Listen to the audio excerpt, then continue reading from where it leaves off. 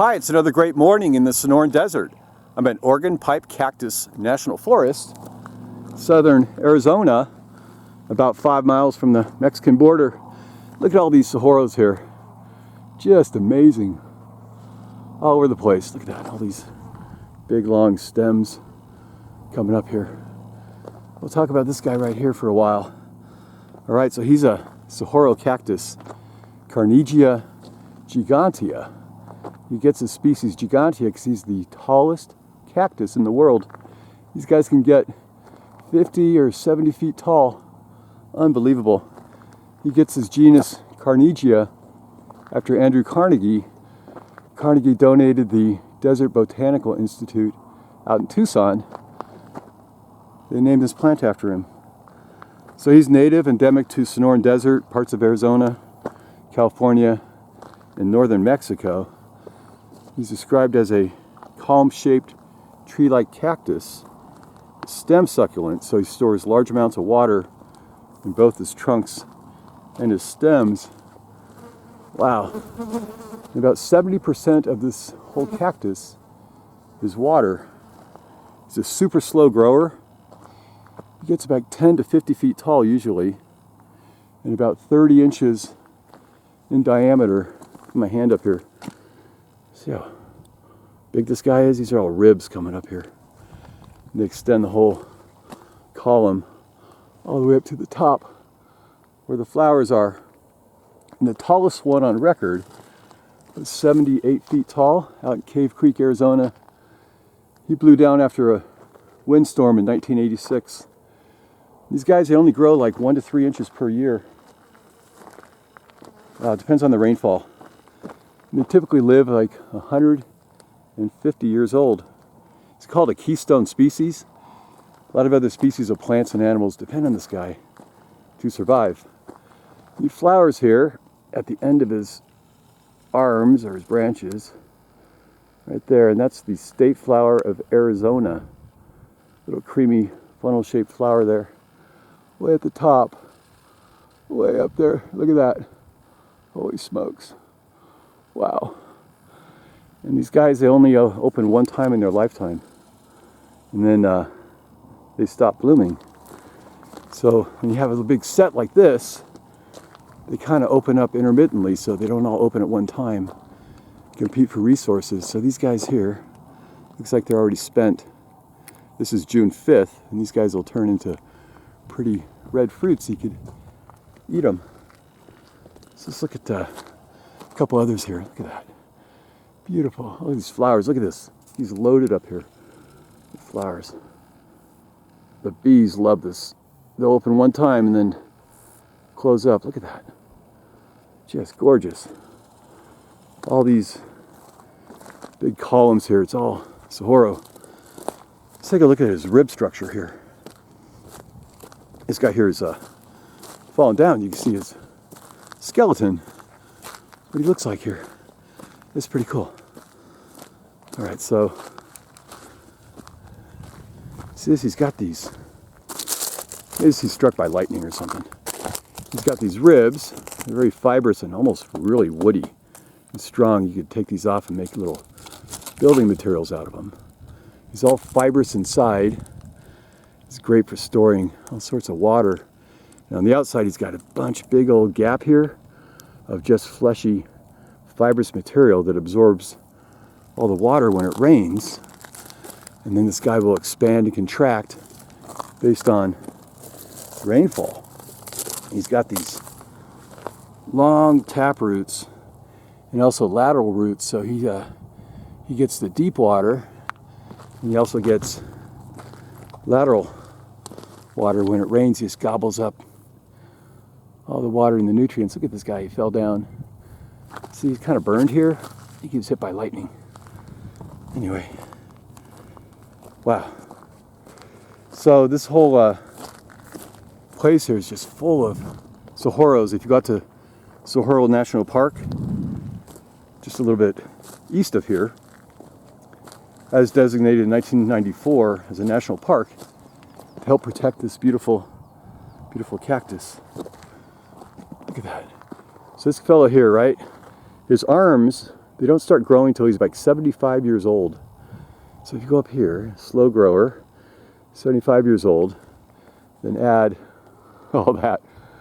So this guy here is, I don't know, 150, 200 years old. And he grows these arms to help improve his reproductive advantage. So he only flowers at the ends of the arms here. He's limited on the number of flowers he gets. So the more arms and the more flowers, we've got a bunch of bees on him. See that? Wow. Unbelievable. These guys are great. So I want to show you over here how they grow from little seedlings. If you walk around, you see these guys here, you kind of date them and age them. You know, this guy, maybe he's 50 years old. He's got these beautiful flowers up there on top. These spines here, well, they're extremely sharp. And they grow about 3 inches long, and then they stop growing. So the longest ones are on the bottom here. And they grow out from these little areoles, and they stop growing. So as you go higher up the little ribs, the spines get smaller and smaller until you get to the top where the flowers are. That's pretty cool. So the fruit, well, they ripen in June. They're a little ruby red, about 2.5 to 3.5 inches long. They're sweet and fleshy inside, and they're edible. What you do is you get a big long stick, looks like a rake. Maybe you put a little cat claw or some sort of spiny plant on the end, and you kind of rake down the fruit out the top of the stalks, or the stems. That's what the Native Americans did. Each fruit contains like 2,000 seeds, so the seeds will fall on the ground and the fruits, and most of the time all the animals eat the fruit so they don't propagate. So the plant, here's one here, it needs to be supported by what's called a nurse plant. So it'll fall down here. This creosote bush here will protect it and help keep it shaded and protect it from all the little animals, so it's able to kind of put down his little roots and start to grow. But the best nurse plant is a palo verde, sometimes an ironwood. Here's a little palo verde here. He's a great nurse plant for all sorts of desert plants we have out here. It's our palo verde, Parkinsonia with the green bark. Down here we have a hedgehog. This is a Nichols hedgehog. Here we have a little mammillaria pincushion fishhook here, little fishhook. But here, look at this guy. This is a baby Saguaro. And this fellow is probably about 10 years old. You know, it takes like 2 to 3 years just to get, you know, that big. And he's supported by our little palo verde here. See how he's providing a little bit of shade and comfort and warmth, and even boils up the nitrogen in the soil to help this guy grow. So he's only 10 years old. Look at that, but he's so tiny. He's got a long way to go. So eventually he's going to grow up with his long tap roots and his big lateral roots, and he's going to overcome this nurse plant. And in 50 years from now, our little palo verde will be gone, and then we'll have that Saguaro as a full-grown plant. Wow. So these guys here, once they reach full maturity, you know, I said he's full of water. He could weigh, I don't know, 3,000 to 5,000 pounds when he's fully hydrated. Unbelievable. This guy. Just gorgeous though. See? All these spikes here coming up. Out here, that's our organ pipe. Down there, he grows side by side with our Saguaros. Out here in the Sonoran Desert. Okay, what else? Well, if you find a plant without an arm, he's called a spear. Okay, and then he arms out like this, and he typically only arms out if conditions are really good. He's got lots of water and nutrients, and he'll arm out and compete. And every blue moon, 1 out of every 10,000 of these guys will crest.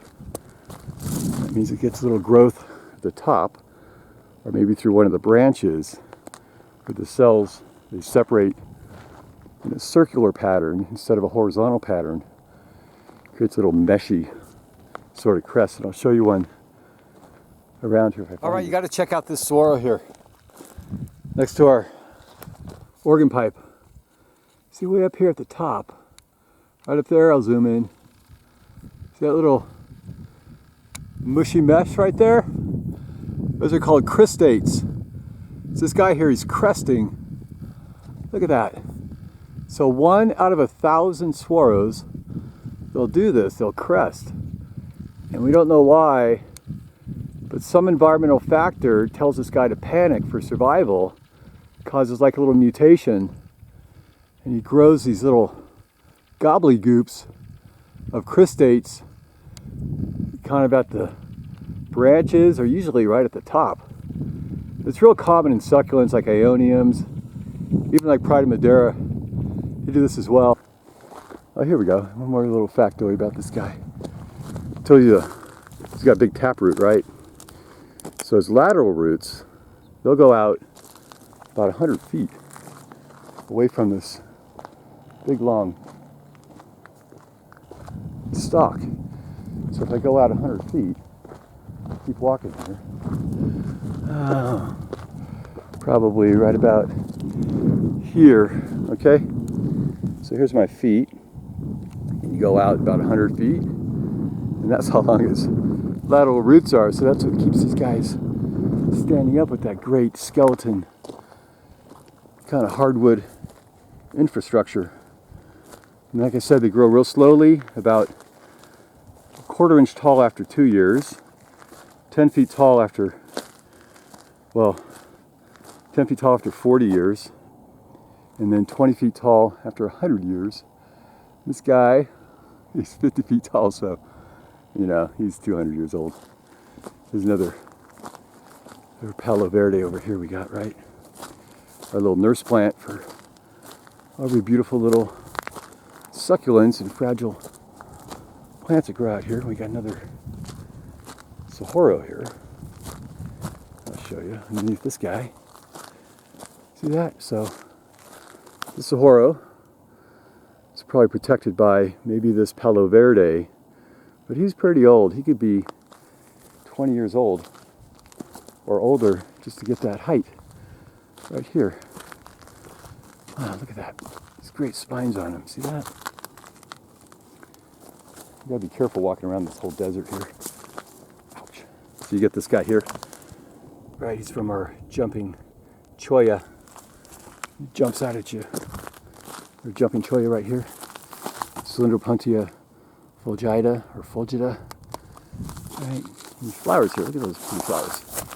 Our jumping cholla. So a lot of times you find the Saguaro here. If you're real lucky, you go down here, and maybe you find another little Saguaro, but I don't see any down here. So anyway, hope you liked that video. Might have been a little long, but it's pretty cool looking at all these guys sticking out here in the middle of the Sonoran Desert, out here in southern Arizona. Wow. Oh yeah. Hey, one more factoid. Saguaro means apartment in Spanish. So these trees are drilled with lots of holes from the gila woodpecker, who makes nests in all these saguaros.